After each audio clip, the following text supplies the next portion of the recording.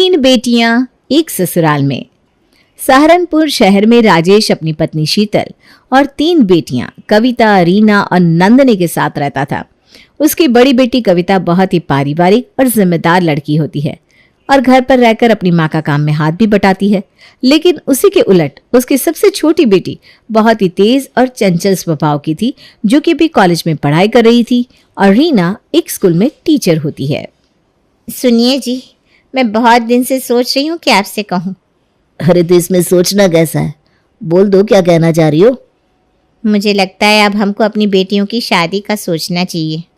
अरे तू चिंता मत कर, कल कविता को देखने वाले आने वाले हैं। पड़ोस के मदन चाचा ने उनको हमारी कविता के बारे में बताया है। अच्छा जी, तो पहले क्यों नहीं बताया आपने? मेहमानों के स्वागत की बहुत सारी तैयारियां करनी पड़ेगी। अगले दिन राजेश के घर मेहमान आते हैं। शीतल उनका बहुत अच्छे से स्वागत करती है और मेहमानों के आगे 2-3 तरह का नाश्ता और मिठाई रखती है। जी, मदन चाचा ने बताया था आपके 3 बेटे हैं। हाँ जी, 2 मेरे बेटे हैं और एक मेरे छोटे भाई का बेटा है जो अभी कॉलेज की पढ़ाई कर रहा है। अरे भाई साहब, भाई का लड़का भी सगी की तरह ही तो होता है। जी जी, बिल्कुल सही कहा आपने बहन जी।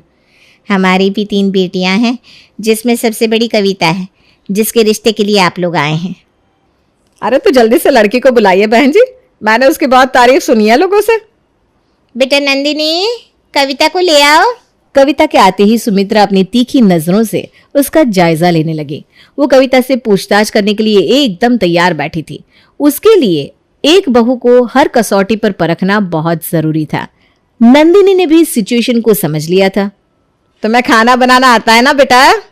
जी आंटी, थोड़ा बहुत आता है, मम्मी ने सिखाया है। थोड़ा बहुत से काम नहीं चलेगा, हमारे घर में हर दिन कुछ नया खाना बनता है। क्या क्या बना लेती हो? अरे आंटी जी, सारा काम बहू मायके में ही सीख लेगी तो ससुराल वाले उसको क्या सिखाएंगे? नंदिनी की बात को सुनकर सबको हंसी आ जाती है।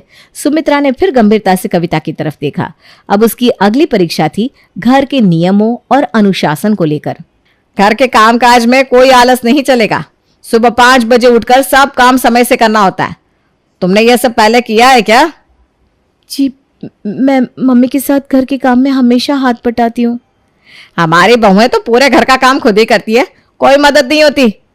तुम इतनी मेहनत कर सकोगी ना? आंटी जी, आप तो कविता को सुपर वुमन बनाने में लगी हैं क्या? अरे बेटा नंदिनी, तुम्हारे सवाल से तो मैं भी सोच में पड़ गया।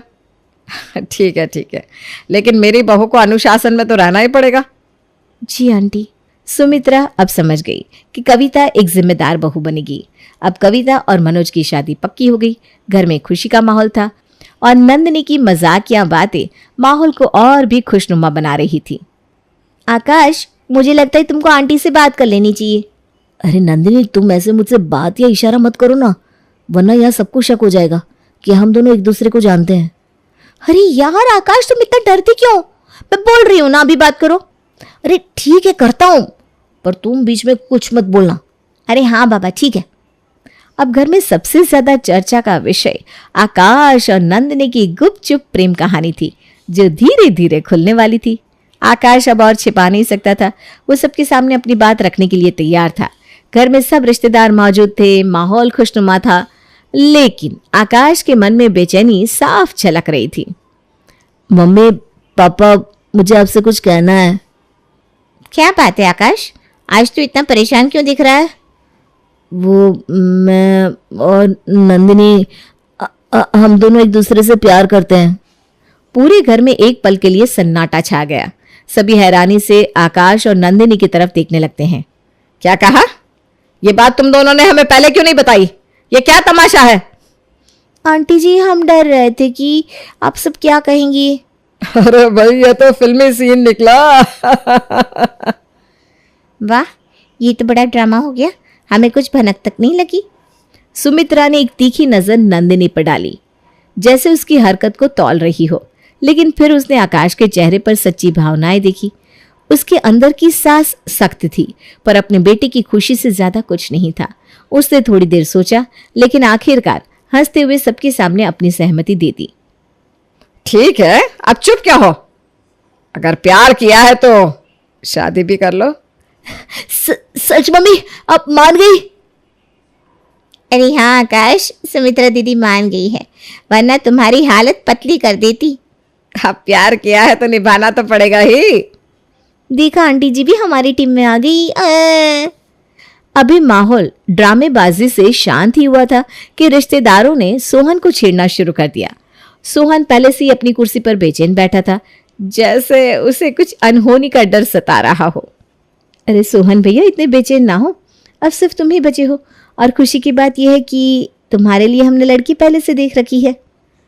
क्या कौन है वो लड़की और कहाँ की है, और आप सबने मुझसे क्यों छुपाया? सोहन के इतने सवालों से उसकी हैरानी और परेशानी साफ झलक रही थी। तभी राधिका मजे लेकर बोली, अरे अरे सोहन, इतने घबरा क्यों रहे हो? लड़की तो वही है जो तुम्हारे साथ कॉलेज में पढ़ाती है। सोहन का चेहरा एकदम सफेद पड़ गया। कमरे में अचानक चुप्पी छा जाती है। सबकी नजरें सोहन की तरफ थी।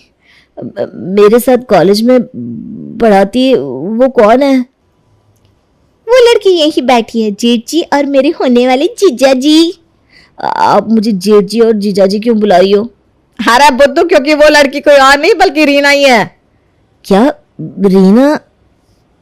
जी हाँ, मैं ही वो लड़की हूँ जिसे सबने आपकी दुल्हनिया बनने के लिए चुना है। रीना का ये अंदाज देखकर पूरा घर हंसी के ठहाकों से गूंज उठा। सोहन ने सर झुका लिया। इसका शर्माना सबके सामने मजाक का कारण बन गया।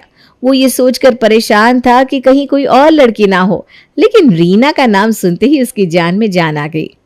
तो सोहन, अब हमें भी बता दो, कुछ और राज छुपा रखे हो तो। अरे नहीं ताऊ जी, अब तो सबके सामने आ ही गया।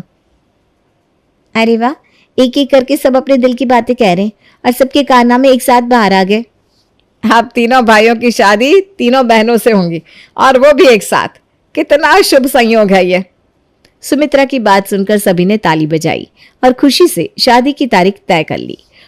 तीनों बेटियों की शादी की तैयारियां अब पूरे जोरों शोरों पर थी और नंदिनी की शरारतें इस खुशी में चार चांद लगा रही थी। कुछ दिन बाद धूमधाम से शादी हो जाती है और तीनों बहुएं अपने ससुराल आ जाती हैं। कविता, रीना और नंदिनी, आज से तुम इस घर को अपना घर समझना। जी माँ जी, शादी के बाद ससुराल ही तो लड़की का घर होता है। जी बिल्कुल मम्मी जी, आज से ये घर हमारे लिए मायके से बढ़कर है। जी आंटी जी, मैं इसको आज से अपना ही घर समझूंगी। सुनो नंदिनी, तुम अब इस घर के बहू हो, इसलिए अब हमको आंटी मत कहना। हाँ नंदिनी दीदी सही बोल रही है, तुम हमें माँ या मम्मी कह सकती हो। अब सुमित्रा और राधिका मिलकर तीनों बहुओं को अपने घर के रीति रिवाज, नियम और अनुशासन में कैसे रहना है ये सब समझा रही थी। लेकिन तभी नंदिनी को वहां खड़े खड़े आंख लग जाती है। देखो इस लड़की को, इसमें बिल्कुल भी शर्म नाम की चीज नहीं है। नंदिनी, नंदिनी। जी माँ जी, समझ गई। क्या समझ गई? जो आपने अभी बताया। लेकिन तुम तो सो रही थी, फिर कैसे समझ गई? नहीं मम्मी, मैं माँ जी की बातों को बहुत ध्यान से सुन रही थी। सुमित्रा नंदिनी के चंचल स्वभाव से वाकिफ थी, इसलिए वो बात को टालकर सबको समझा बुझाकर बात खत्म करती है। अगली सुबह कविता और रीना जल्दी जल्दी उठकर अपने काम में लग जाते हैं। तभी किचन में कविता रीना से पूछती है, अरे रीना, ये नंदिनी कहाँ है? सुबह से दिखाई नहीं दी। मुझे लगता है दीदी वो अभी उठी भी नहीं होगी। अरे तो उसे जल्दी उठा देना, किसी ने देख लिया तो उसे सोते हुए, उसके साथ हमारी भी खटिया खड़ी हो जाएगी। तभी अचानक राधिका किचन में आ जाती है। अरे कविता बेटा, नाश्ता तैयार हो गया क्या? जी माँ जी, बस 5 मिनट में हो जाएगा। अच्छा ठीक है। अरे रीना, ये नंदिनी कहाँ है? वो मम्मी जी अभी यहीं थी, अब शायद कहीं दूसरा काम करने लगी होगी। जब वो आ जाए तो उसे मेरे पास भेज देना। जी मम्मी जी, भेज दूंगी। अब कविता तुरंत रीना को नंदिनी को जगाने भेजती है। रीना दौड़ते हुए नंदिनी के कमरे में जाती है, लेकिन वो तो मजे से बिस्तर पर पड़ी सो रही होती है। नंदिनी, अरे नंदिनी जल्दी उठ, वरना आज तेरी वजह से हम सब फंस जाएंगे। अरे यार क्या है दीदी, सोने दो ना, कितनी मस्त नींद आ रही है।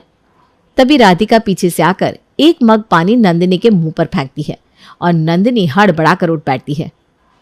अपने सामने राधिका को खड़े देखकर वो घबरा जाती है। नंदिनी, ये क्या बचपना है?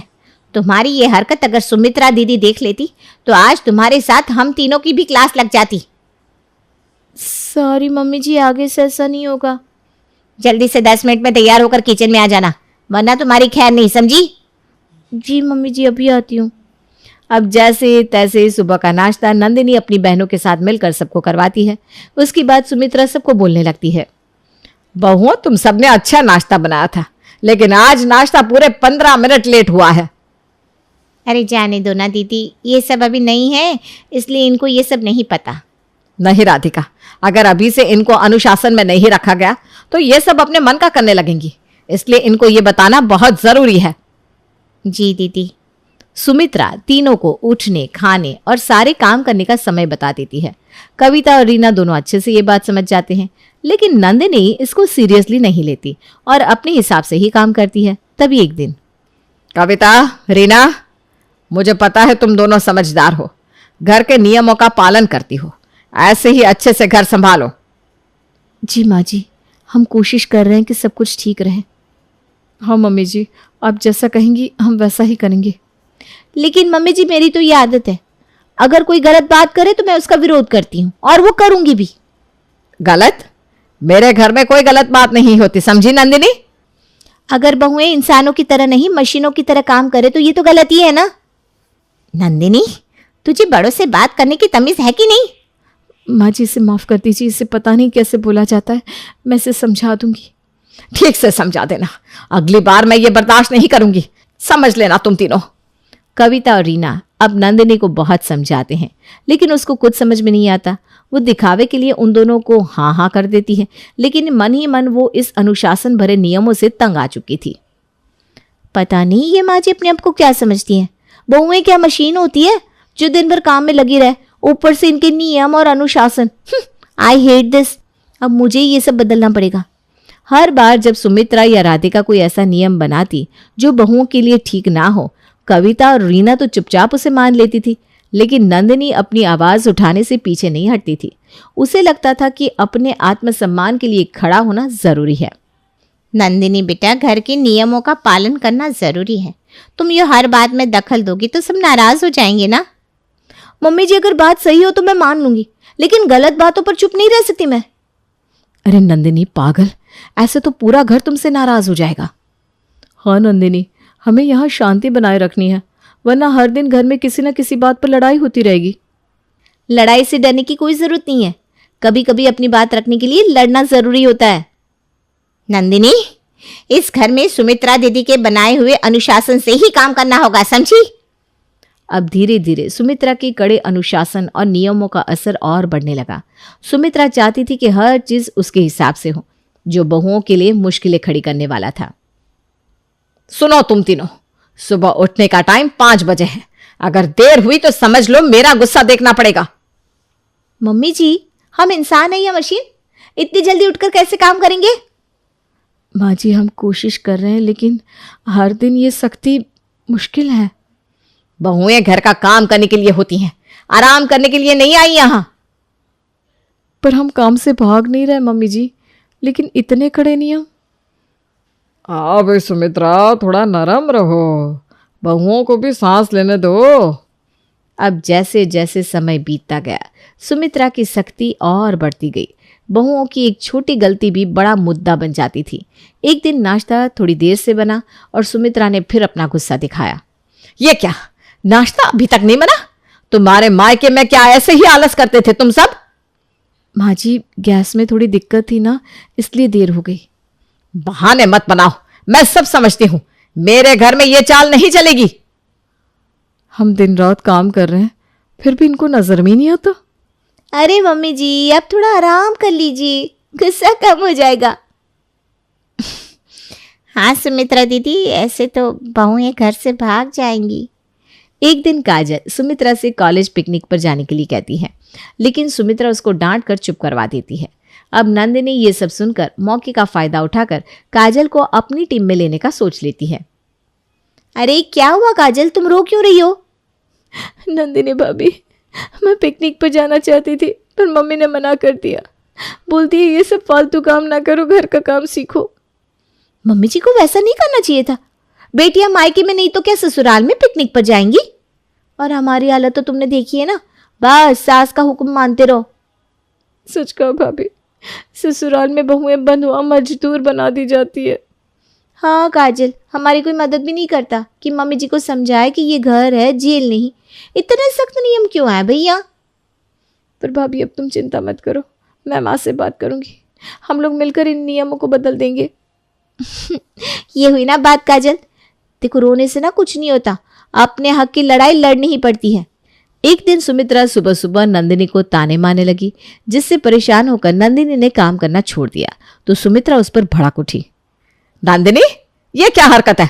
काम छोड़कर बैठ गई? हाँ मम्मी जी, छोड़ दिया। कोई इंसान इतने काम नहीं कर सकता जितना आप चाहती हो। नंदिनी सही कह रही है मम्मी जी, हर चीज में केवल अपनी ही चलाना सही नहीं है। मेरे घर में मेरी ही चलती है और हमेशा चलेगी। माँ जी, अगर आप अपनी बात हमें प्यार से समझाएंगे तो हम भी हर काम कर लेंगे, लेकिन चिल्लाने से काम गलत हो जाता है। दीदी, थोड़ा सोच समझ कर चलो ना, बहुओं को दबाकर रखने से कुछ नहीं होगा। सुमित्रा की सख्ती से तंग आकर एक दिन काजल और नंदिनी ने आपस में बात की। उन्होंने मिलकर फैसला किया कि अब कैसे सुमित्रा का सामना करना है। नंदिनी, तुमने आज फिर मेरे बनाए नियम तोड़े, मैं अब तुमको नहीं छोड़ूंगी। माँ, तुम क्या नियम करती हो? नियम जेल में होते हैं, घर में कैसे नियम? मम्मी जी, मैं आपकी हर बात मानती हूँ, बल्कि घर में सब आपकी बात मानते हैं, लेकिन तब भी आप सबको अपनी उंगलियों पर नचाना चाहती हैं। ये तो बहुत गलत बात है। हाँ दीदी, ऐसे तो घर में बहुएं हमारे खिलाफ हो जाएंगी। सुमित्रा, बहुएं सही कह रही है, इतने कड़े नियमों की जरूरत तो जेल में होती है। मुझे लगता है तुम्हें इसमें सुधार करना चाहिए। सबका ऐसे एक साथ सुमित्रा के नियमों पर बोलना उसको बिल्कुल शांत कर देता है।